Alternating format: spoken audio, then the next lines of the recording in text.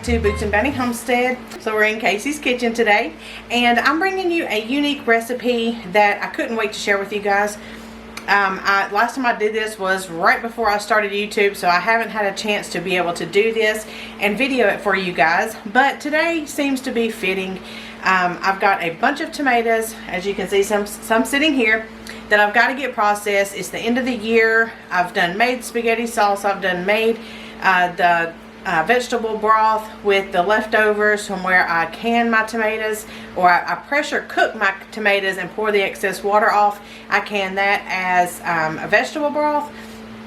I've done made tomato bacon jam. I'm looking over there because it's behind you guys, trying to remember what all I did. And I've made pizza sauce. So I have stocked up on all the regular stuff, and I am down to about 4 jars of what we're making today. So I've heard the prices are going up, so I wanted to bring this to you guys so you could go ahead and keep this under your belt, or if you want to go ahead and do this now with the end of season tomatoes, or if you can get to the farmer's market and get some, then this will be a good way for you to actually make your own. This is an Amish recipe from a lady that was here. My mom got this from her back in the 70s.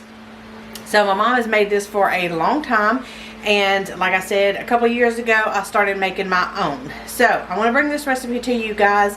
It's a Amish Heinz Ketchup recipe.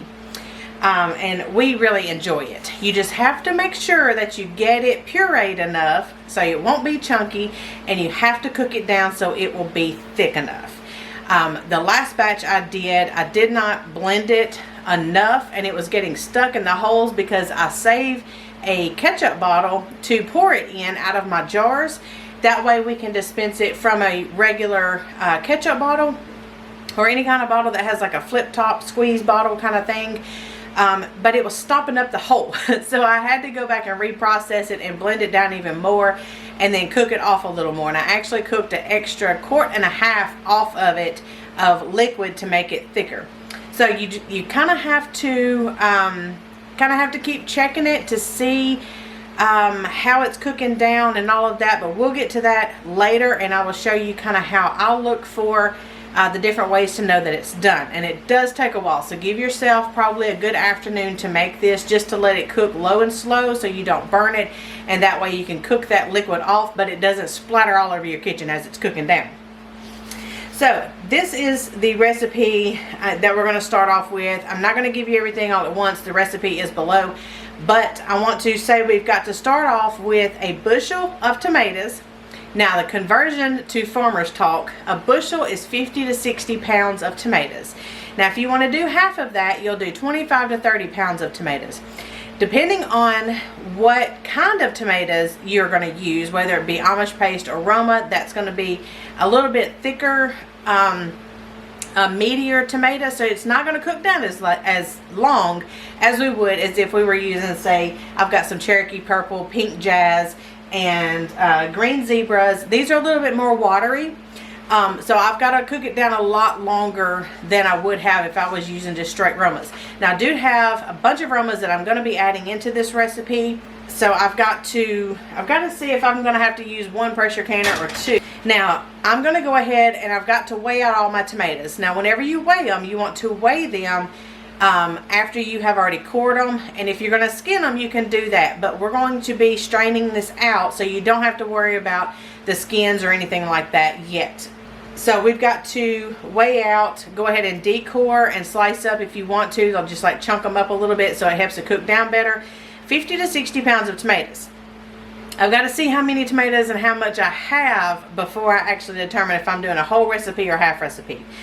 And then the next thing we're going to cook down with the tomatoes is 6 large onions, and you might want to put those in the food processor to get those chopped up really good and fine, so that way it cooks down, because those are going to have to go through either a food mill or some kind of sieve or something where we're going to strain everything out and get this nice meaty juicy mixture that we have cooked down to, you know, allow everything to be able to come out and disperse with the tomatoes and the onions. So we will have to strain all of the seeds and all of the skins out, so you don't have to worry about processing any of that right now.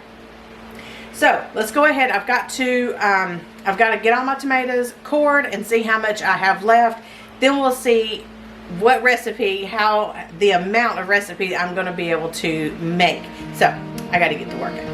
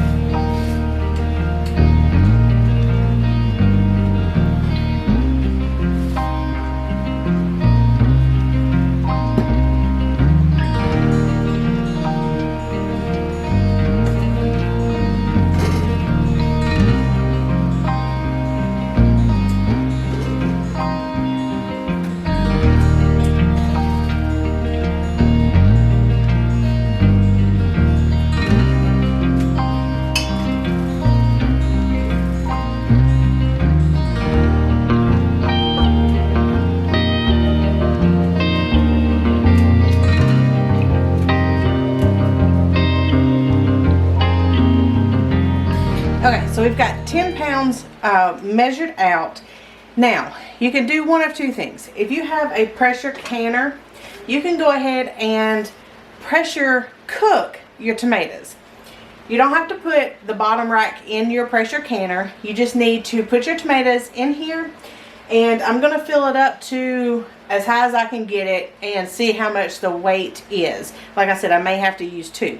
But what we want to do is we want to pressure cook the tomatoes, and what's going to happen is the tomatoes are going to sink to the bottom and the water is going to rise to the top.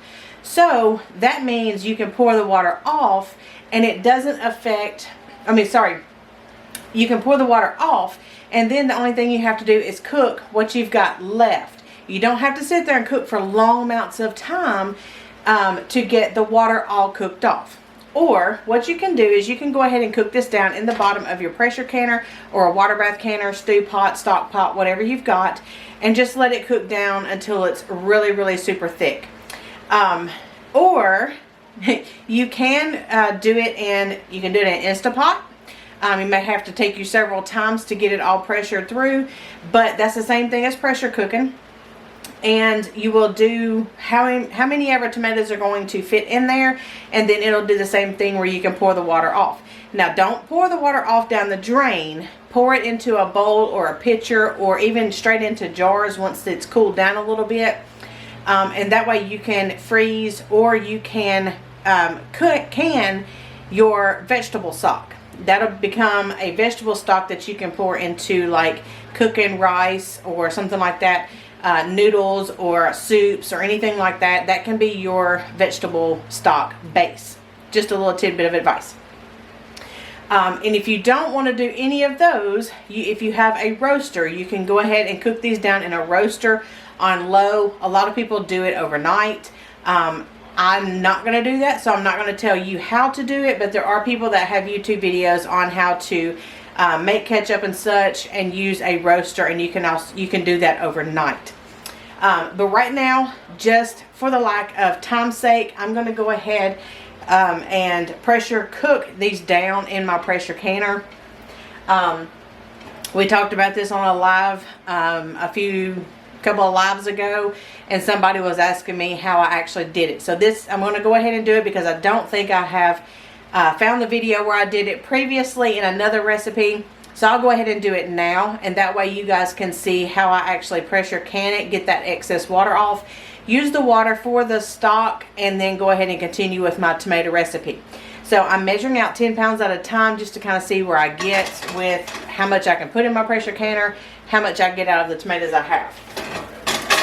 On my stove, I have to take my knobs off because my pot won't go all the way back. So I have to take my knobs off. But we're just going to start putting our tomatoes in the pressure canner, and this is the first 10 pounds. All right.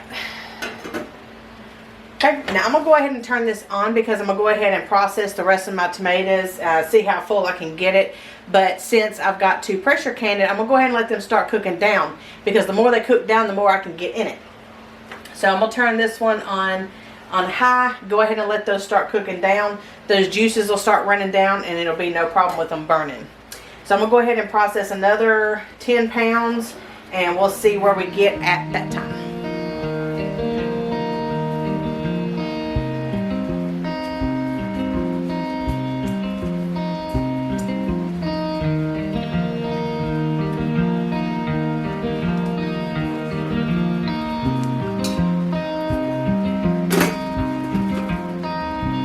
Alright, so you guys see here I've got 25 pounds of cored tomatoes.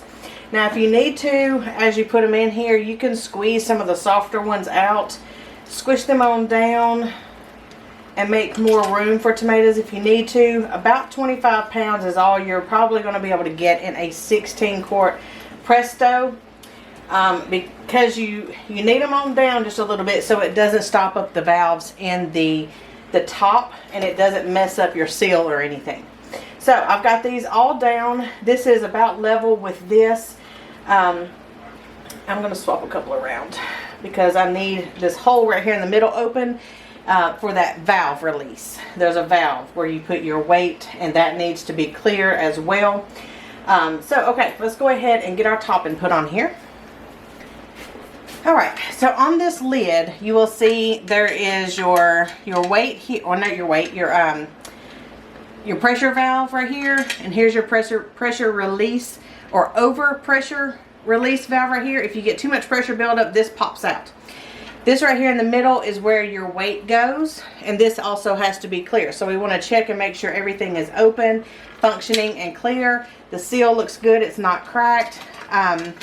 And I just washed everything, so everything's good and sterile. And these three things is what you want open and not blocked by your tomatoes.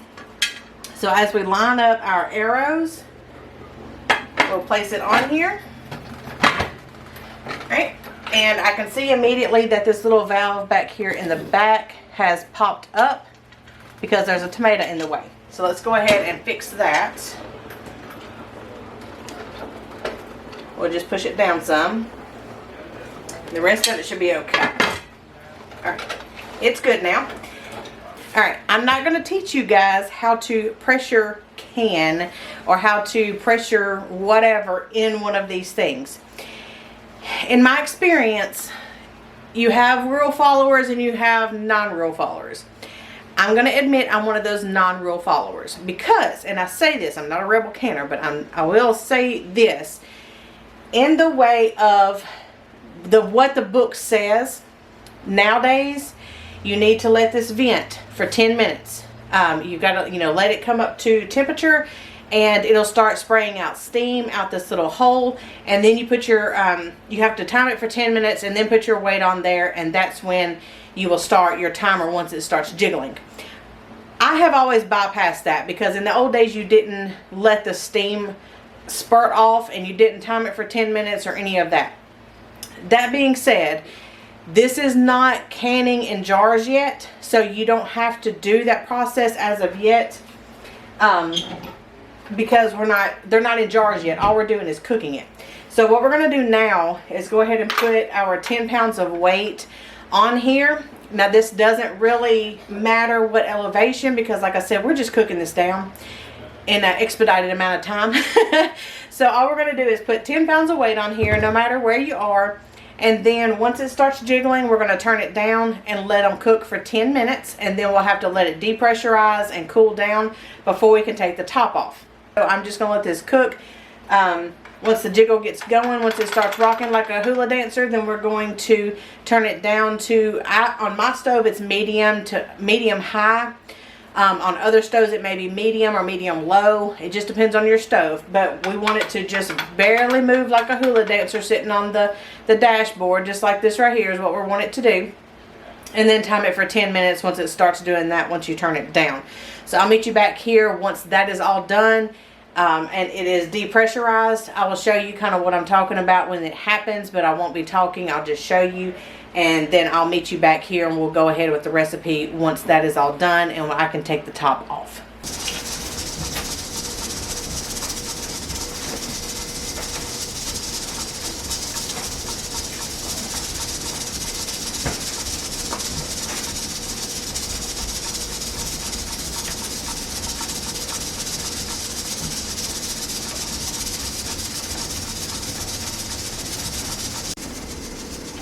Once it's done, go ahead and take it off the eye best you can without bumping it. Turn the eye off, and then it will slowly start to slow down. And then once it depressurizes, the valve back here in the back will drop. Give it an extra 10 minutes, and then it will be ready to take the top off. See you then. Okay guys, so this is actually the next day. This depressurized and I actually set it in a cool spot. What I'm doing now is we're going to take the top off together. I'll show you what I was talking about, how it separates, and then I will show you how we further process these tomatoes, because it's getting to the time where we are going to start cooking it down, getting it to that state where we can puree it. Just get everything sieved through. You can use a food mill.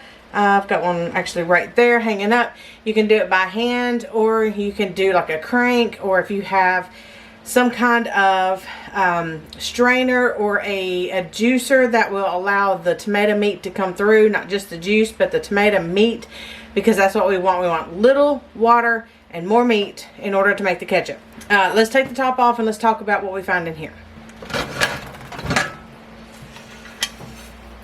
Okay guys, so you see here how all of this water is on top. All of the tomatoes are packed down in here, and so now what we can do is we can get like a spoon or a ladle. If you have one of these canning ladles, it's easy just to push these down in here and get the tomato water off. It's not going to disturb these tomatoes for whatever reason. They do not come apart. But we're going to go ahead and strain this off, and what I'm going to do is I'm going to put it in a gallon pitcher. I'll heat it back up later and can it as vegetable stock. Speaking of vegetable stock, this is what it will look like once I get it canned. And you will process this like, I just water bath it because of the acidity in it and from the tomatoes, and so I don't have to worry about it being pressure canned. Now you do your own research on that. I'm not saying one way or another how to do it. That's just the way I have always done it, and it works fine for me. But do your own research on canning vegetable stock from a tomato base. So what we're going to do is ladle all of this water out into a pitcher, and then we've got to start processing the tomatoes.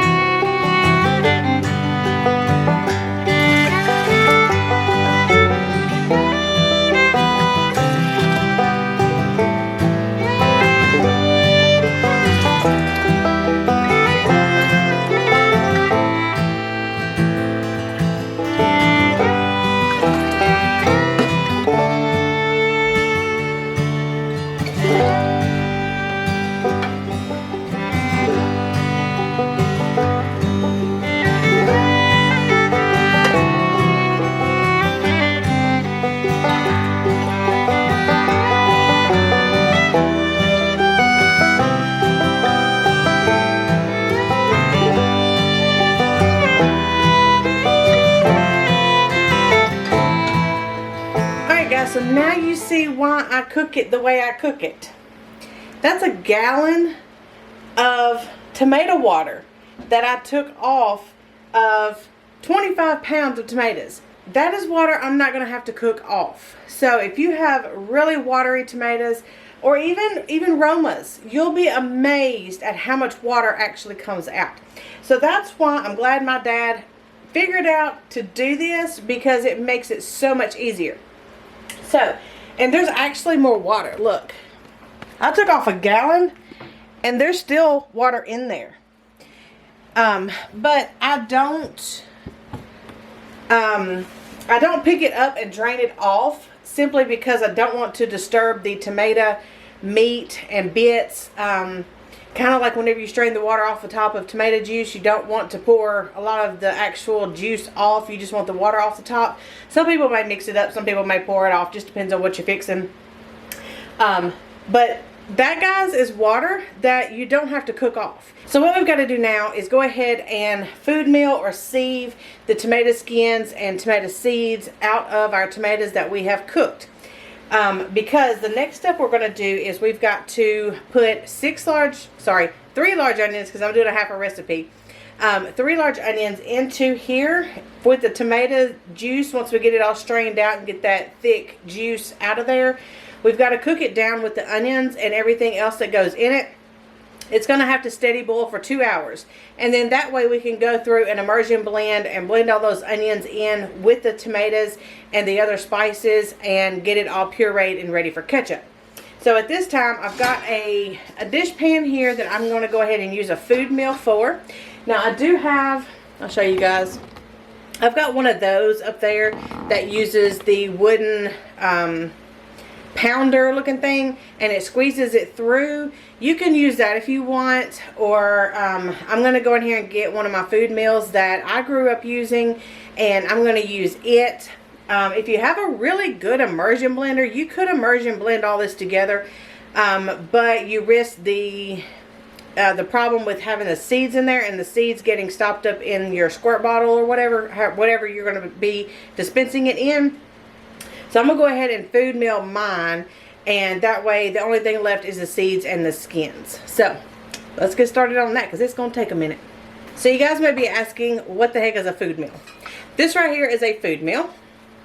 What it does is it sits on the edge of the bowl, and then you put your tomato juice in here, or your tomatoes in here after they've cooked, and then you simply turn this, and a blade goes around, and it squishes it through these holes. All the tomatoes will go through these holes. On the bottom, there's a wire right here that as you turn it, it scrapes the tomatoes off of the bottom and into the bowl. And so that way, the only thing that's left in here is the stuff that doesn't fit through, which is your skins and your seeds. So I actually got this one at an antique store, but I grew up using one that my mom has, and my mom uses it. That's why I don't have it. But I grew up using one of these with my mom, and so I had to have one because, I mean, it's the best thing ever. Until you start buying one commercially or electric or whatever, you know. So this is your best bet to buy. That'll be something cheap. You should be able to get this at like antique stores for maybe about $10. You can, like I said, buy them online. Just be careful. Don't get the ones that have the removable plates in the bottom. Just get you a solid one like this. And they may cost a little more. I'm not sure. If I find one, I'll put an Amazon link in the description below. But if I don't find one, I'm sorry. But yeah, we're going to go ahead and get this attached to the bowl.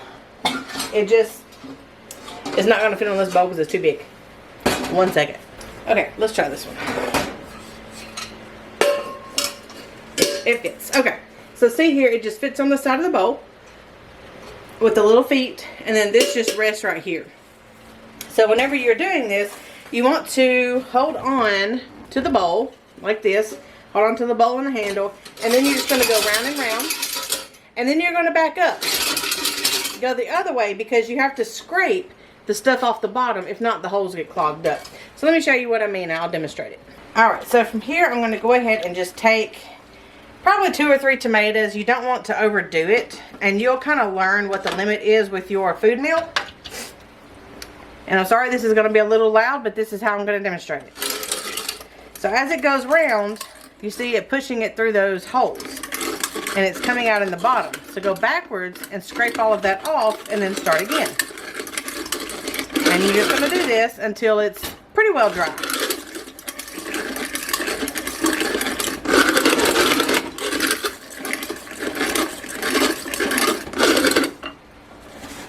You see what I've gotten already in the bottom.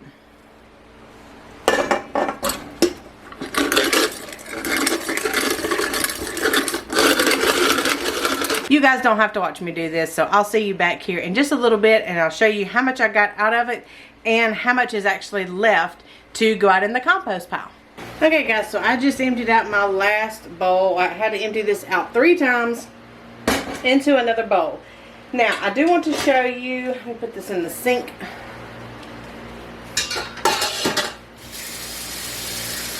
I do want to show you that I have some of that water left over in here.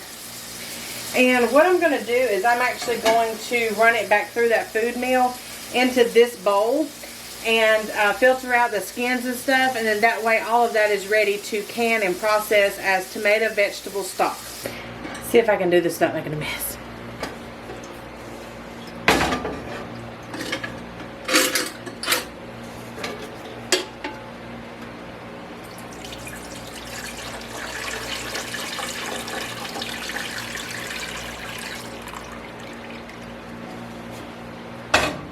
Now, the only thing left are the seeds and some of the skins.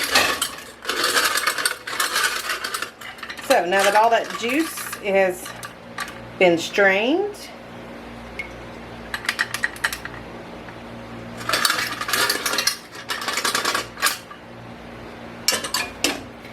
this is all I have left from 25 pounds of processed and pressure cooked tomatoes. Only the skins and the seeds are left, and if you want to, you can go ahead and run this back through the food meal again, just depending on how dry your food meal processes, because it may be a little bit drier than mine, and mine is a little bit wet, so you could go ahead and do it one more time. I'm happy with what I have. Like I said, we've already taken out probably 1.5 gallons of water from the tomatoes. So all of this does not have to be cooked down. So you're already ahead of the game. Now, what I've got left is already in my, my stock pot that I like to cook down my jams and jellies and things like that I have to cook for a little while or don't want to burn on the bottom. So I've already got that in my pot, and I'll show you what we're going to do next. Now, for you seasoned food preservationists, you know, with tomato products, you need to go ahead and keep everything clean and wet and washed as well as possible with tomatoes, because if you let that stuff dry, it is going to get stuck everywhere. So go ahead and clean up as you go. So as I'm cleaning up what I've already processed, this is what I have already gotten from the tomatoes. This is my thick bottom stock pot. I have no clue how many quarts this holds. But I would say this is a good, probably 1.5 gallons, 1.75 gallons of the tomato meat that we have processed, minus the other gallon, almost 1.5 gallons of water. So we have already gotten this down by half just by pressure cooking the tomatoes first. So now to this, we're going to go ahead and add everything else. I'm just going to pour it in here and put the amounts along the bottom, and then we will get this cooking.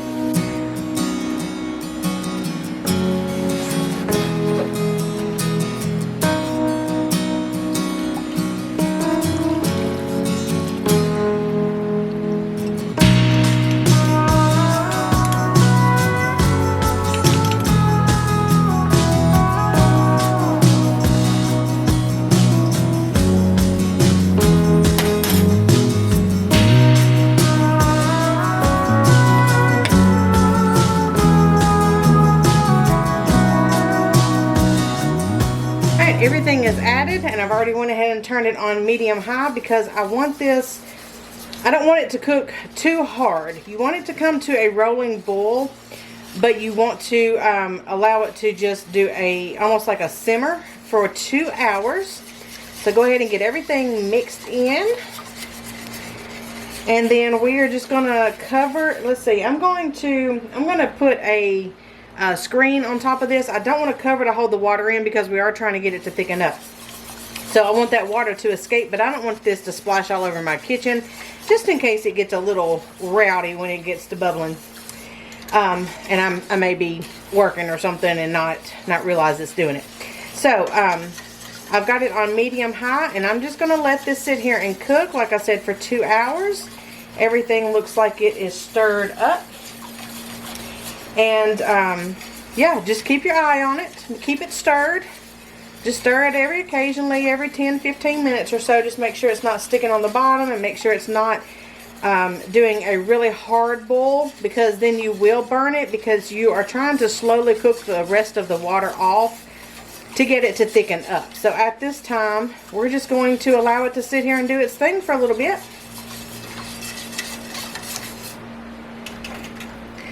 And the screen, because if you guys have ever cooked with tomatoes, you know that once it gets a little thicker, the jams and jellies and stuff, they can start popping, and I don't want that to happen because then we'll have a big mess. So here's the screen, and I'm just going to let it sit here and cook, and we'll be back. Alright guys, I have been stirring this thing and stirring it and stirring it and stirring it and stirring it, and it's about an hour in. Well, hour and a half in. It's almost done. Now, at this point, I just went ahead and added in the cornstarch because I wanted it, because you have to boil it for 2 hours, but I wanted to go ahead and add it just a little bit early so that way it can thicken up as well as cook off some more of that liquid and get it extra thick. The batch that I made 2 years ago, I don't really know what happened. It was my first time ever making it, like I said earlier.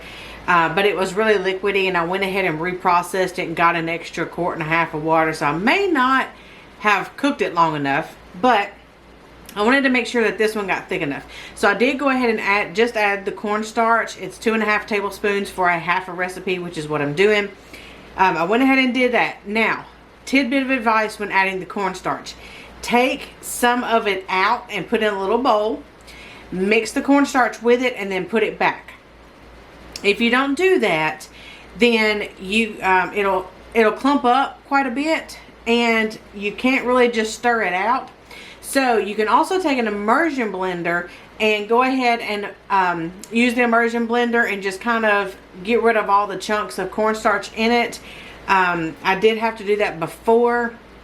I remember that whenever I put it in there. So this time I remembered to go ahead and put the cornstarch in the bowl first and then add it to it. Some of you experienced cooks may already know that. So you can take a immersion blender and just go ahead and smooth it all up if you want. That immersion blender will also, if you want to just go ahead and run it, that'll be fine, just to get the cornstarch dispersed.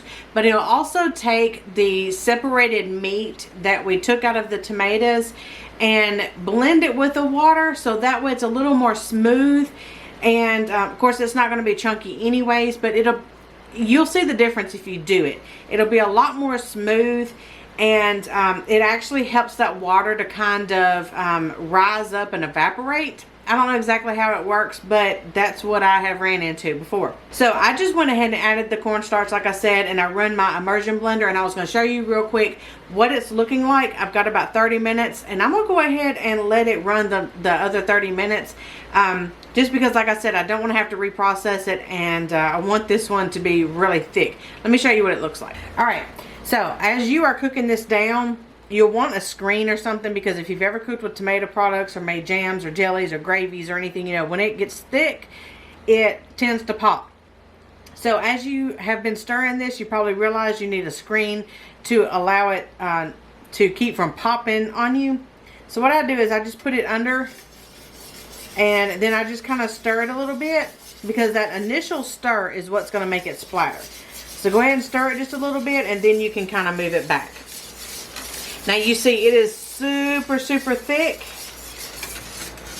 and you can also tell that it has cooked down from the edge here. I don't know if you guys can see it or not. Let me turn this one on real quick. See if you can see it. Yeah, you can see kind of right around the edge here that it has cooked down about 1 inch. And now as I am stirring this, you can see it kind of leaves like a trace across the top of it. So it is almost done. I'm going to go ahead and allow it that last 30 minutes, which will be the complete 2 hours. Then we can get this processing. In the meantime, if you want to go ahead and get your water bath canner ready. Now I'm going to use a pressure canner bottom just to sit back here and put some water in. And go ahead and get your jars sterilized and keep them warm, because this is hot. And then that way, whenever the 2 hours is up, we'll be ready to process it. See you guys back here in a little bit. Okay guys, so we have finished up cooking it, and I wanted to show you. Now for you soap makers, you'll know what I'm talking about, but this has brought the ketchup sauce to trace. Now what that means, for you that don't know what trace means, I will show you.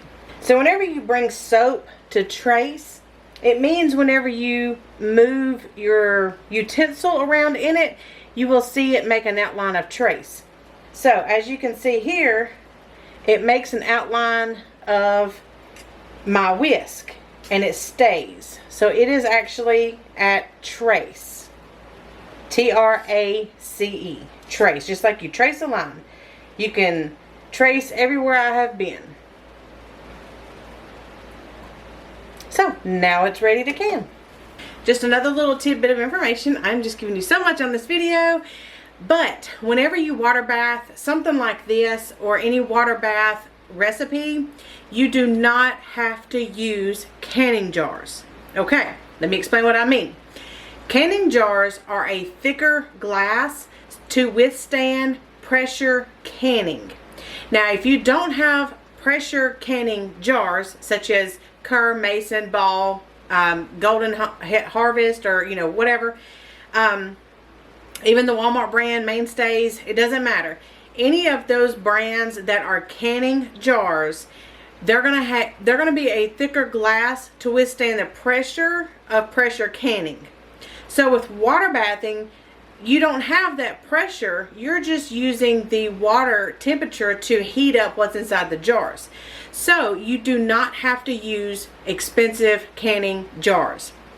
Now, if this is something you want to make maybe next year, or in a few months or something, be contacting people, or could be collecting jars like glass mayonnaise jars, some of the glass spaghetti jars, anything like that.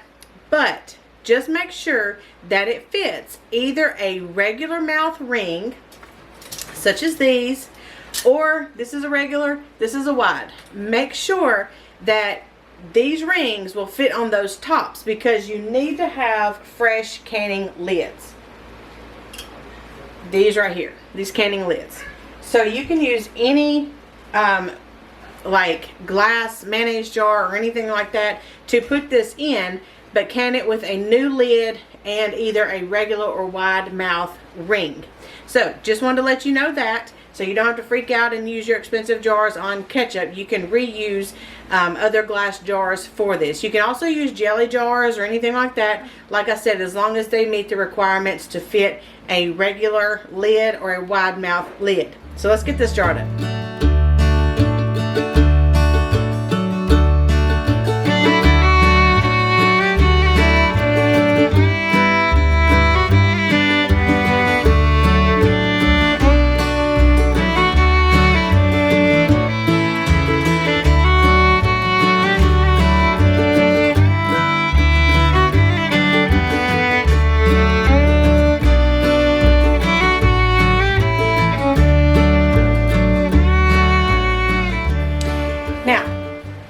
You see I've got 4 quarts. They're not quite underwater, so I'm going to go ahead and process that tomato water over there. I'm going to go ahead and do 1 quart and put it in here with these, and then I will go ahead and fill up some more jars with that tomato water. So once these get done, I'll take them out. Now we're going to water bath this for 20 minutes and then take them out, cover them with a towel, and don't touch them for 24 hours. So go ahead and plan if you need to put them either on your stove, on the counter, on the table, wherever. Go ahead and take them out and leave them for 24 hours covered up with a towel. Leave about an inch space between the jars so the cool air can kind of flow around them, but the towel slows it down from being such a draft, so they don't cool off too fast. So that's the purpose of the space between them, and to cover them with a towel. You just want them to cool slowly, so that way it gets a good hard vacuum seal with those lids. So yes, I'm gonna go ahead and use again some of the old mayonnaise jars and go ahead and process this tomato water since I've already got everything hot, and throw it all together and get them on the pantry.